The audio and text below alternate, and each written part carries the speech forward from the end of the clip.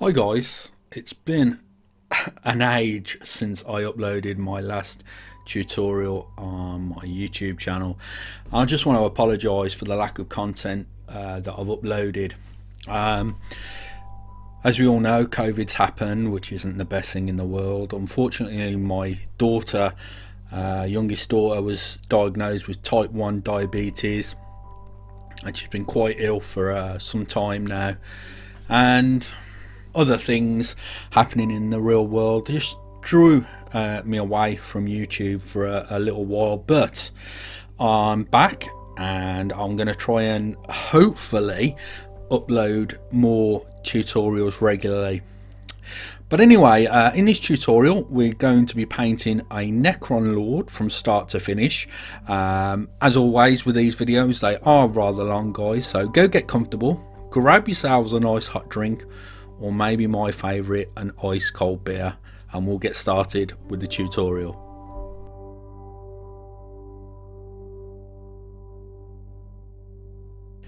I start off by priming the miniature using Alclad 2's Lacquer Primer Grey. It's important to know, if you use Alclad primers, you need to have a good quality airbrush with PTFE solvent proof seals.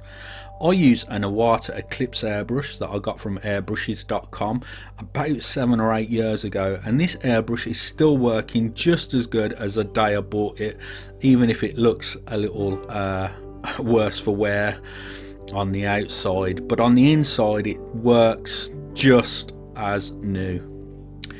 But here you can see that I'm absolutely priming at about 20 psi, about 2 to 3 inches away from the model, just getting a nice smooth even coverage on the Alclad grey primer there.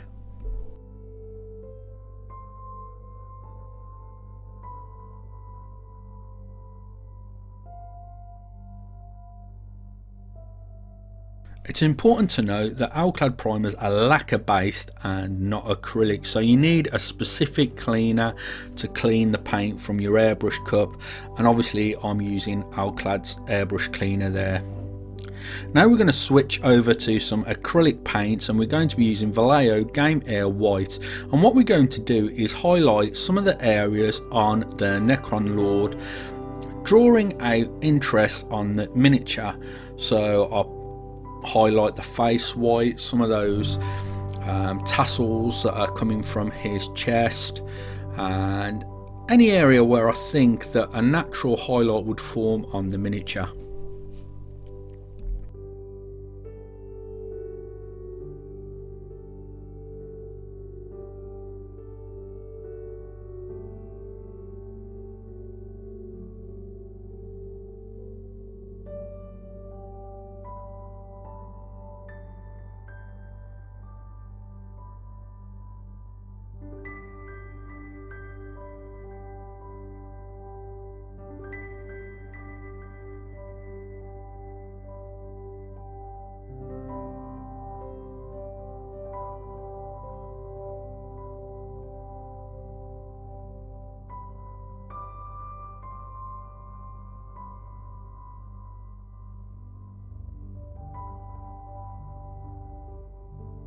Now we're going to paint the blade of his weapon using Vallejo Model Air German Red. It's important to note that you have to try and be a little bit careful while painting the blade with the German Red. You don't want to get it on parts of the miniature that have already been painted grey and white apart from the blade. You can mask if you want to using some Tamiya masking tape, which I highly recommend, or some Panzer putty as it's known, or you could use liquid mask if you're not confident in painting the miniature without getting any of the German Red on other parts of the miniature. You'll see shortly in this video that I actually get some red paint on the miniature, so I have to touch it up a little later on in the video with some white. So be mindful to just be as careful as you possibly can to apply the airbrush German Red. Here we're applying Vallejo's Primer Colour Pure Red. Now don't worry that it says primer colour, it's just like a regular acrylic really. I'm using this because it's highly pigmented and it's really easy to get a gradient from the dark German red colour to this pure bright red colour.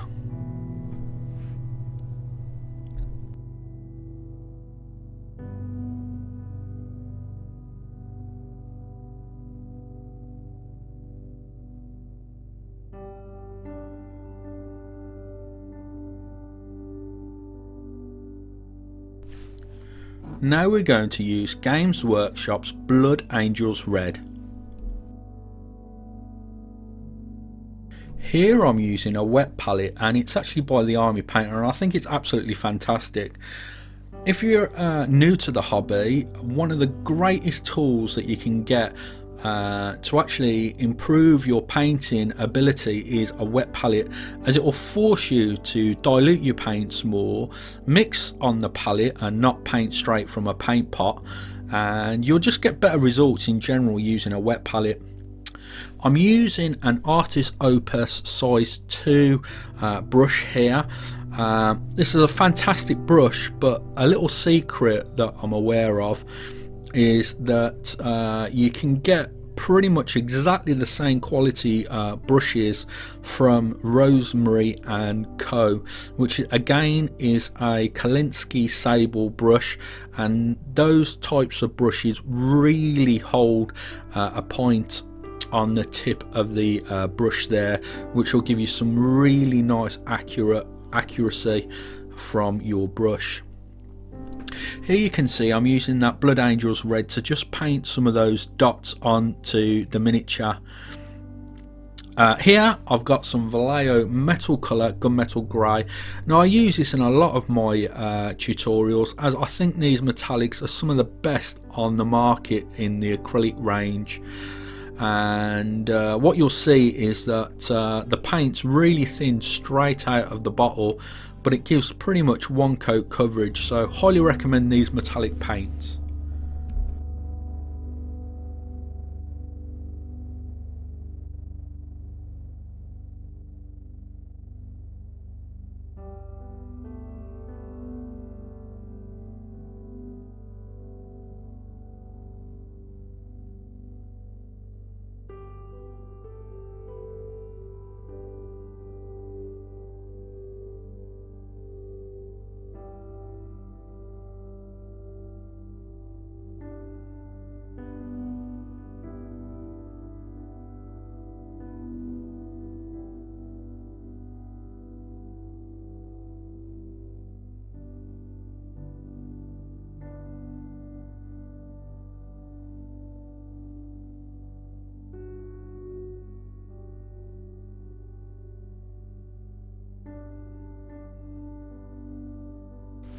And here you can see what the miniature looks like after all of the metallics have been painted onto the miniature, and also that Blood Angels colour from Games Workshop.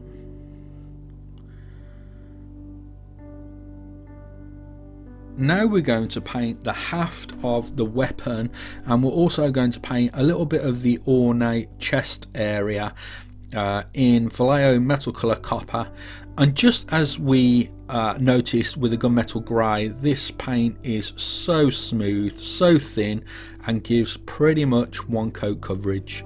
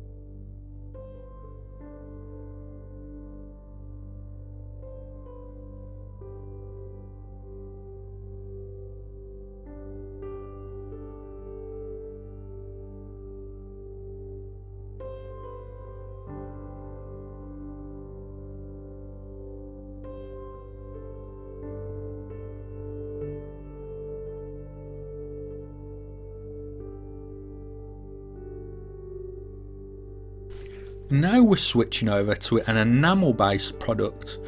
Now it's important to note that this is a wash, and you may be aware of washes from Games Workshop like Null Null and Agrax Earthshade, but this works way better. What you'll find is that the capillary action of the brush working in unison with this enamel wash will actually draw all of that wash into all those recesses much more easily than you'll find with an acrylic wash. Also, what you'll find is that you can actually use some white spirit or some odorless thinner. I'm using MIG's Abteilung range of thinners there, and you can really clean up any stains left on the surface with a thinner, and you can thin it down with a thinner, and you'll get much better results than using acrylic washes. So top tip guys, if you're going to use washes on a miniature, try switching from acrylic washes to enamel washes or even oil washes. You can use artist oils to create washes as well, but I'm using enamel in this instance. I'm also going to be painting the black wash from MIG Ammo on all of the gunmetal grey areas.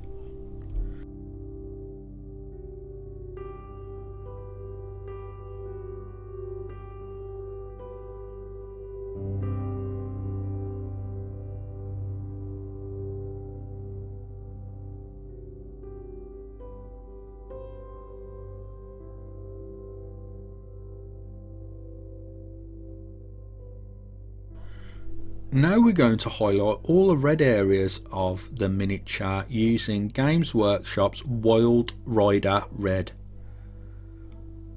And as you can see, I'm looking at those little circles that are actually on the blade of the weapon, and I'm just picking out some areas of interest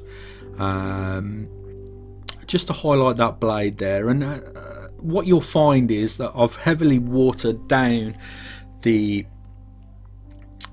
Wild Rider Red there, and it gives much better results if you're painting 2 or 3 passes with really thin paint as opposed to one pass with a thick paint there. So take your time, thin the paint down. Roughly I'm about 2 parts paint here to 1 part water, and you'll get some really nice results.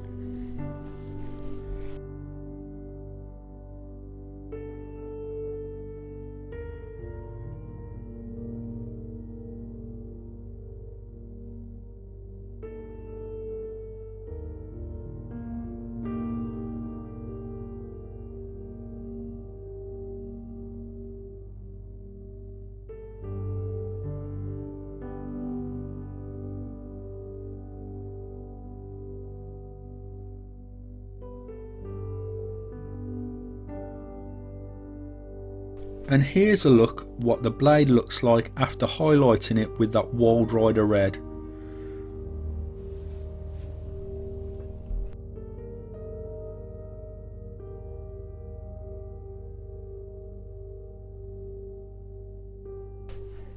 As you can see, the actual armour on the Necron Lord is looking a little plain and basic, but we're really going to start making that pop using some AK Interactive rust streaks, and we're going to thin it down with some Abteilung by MIG odorless thinner.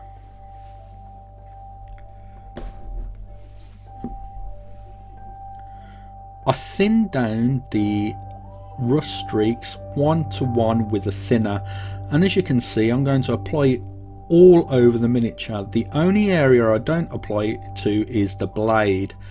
Everything else gets a nice even wash of this enamel rust streaks.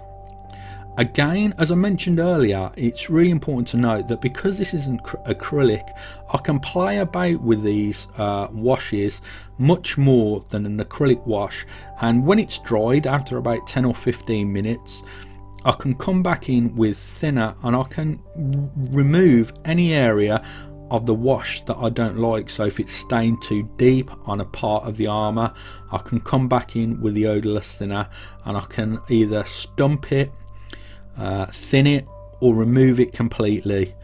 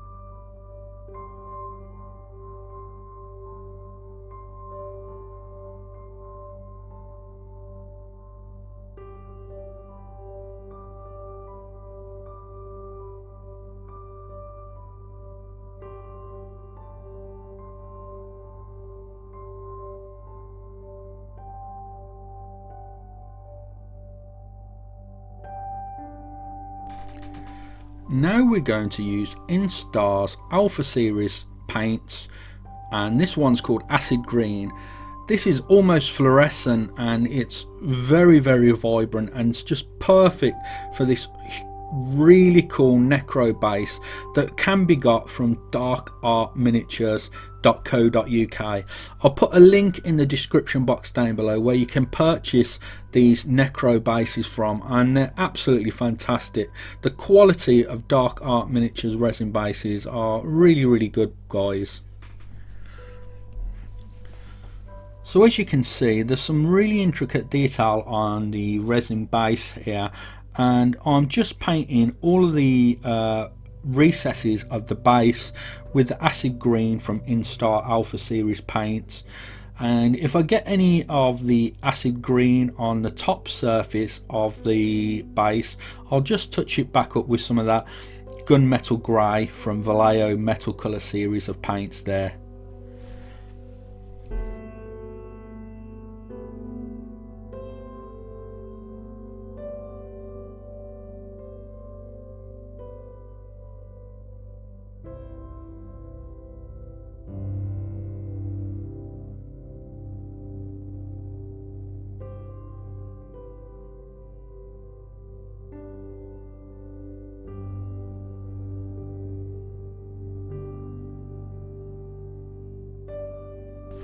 Now we're going to use one of the oldest techniques in the books, guys, and as you can see, I'm using a really old Games Workshop size small dry brush here, and it doesn't really matter how damaged the brush is, we'll still get great results as long as you remove pretty much all of the paint on the bristles on some paper towel, and then you lightly want to brush backwards and forwards on the areas that you want those highlights to pop on the miniature.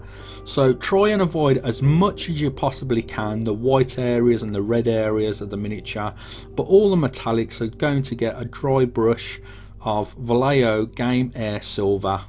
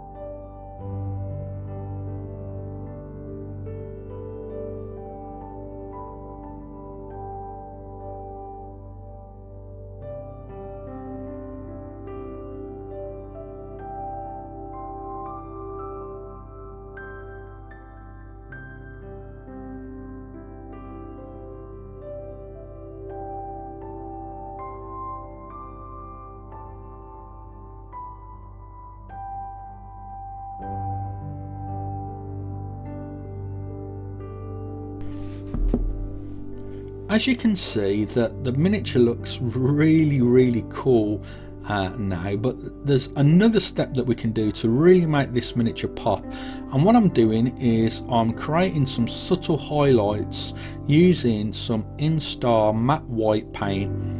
You can use any acrylic matte white paint here though. It could be Games Workshop's white, or the Army Painters, or Vallejo's, or whatever you prefer. But basically, as you can see, I'm aiming towards the bottom halves of each of those tasseled areas, and I'm leaving the weathered areas towards the top, and that will create a really nice subtle effect that will start giving us colour transitions, and that's what really starts to make the miniature come alive.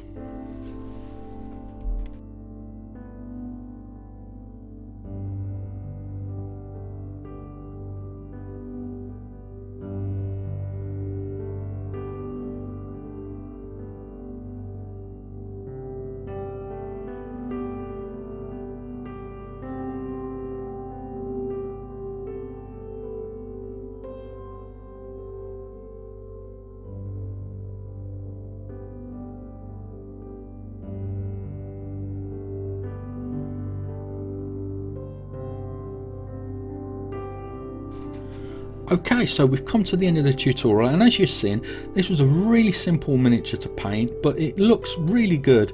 Nice, simple, easy effects to apply, guys, and you should be able to get results just like this if you follow along with the tutorial. Okay, again, sorry for the length of delay on my YouTube channel to upload a video. I want to say a huge thank you to everyone that comments on my Facebook page and looks at all my work that I upload there. Going over to my Facebook page. I also want to say a huge thank you to my patrons. I've got 7 patrons, and I haven't uploaded a video for about 4 months, and I just want to apologise to them who support me, and I'm not actually uploading content, but stay tuned, guys, more videos to come. Thank you very much for taking the time out of your day to watch this video, and I'll catch you in the next one.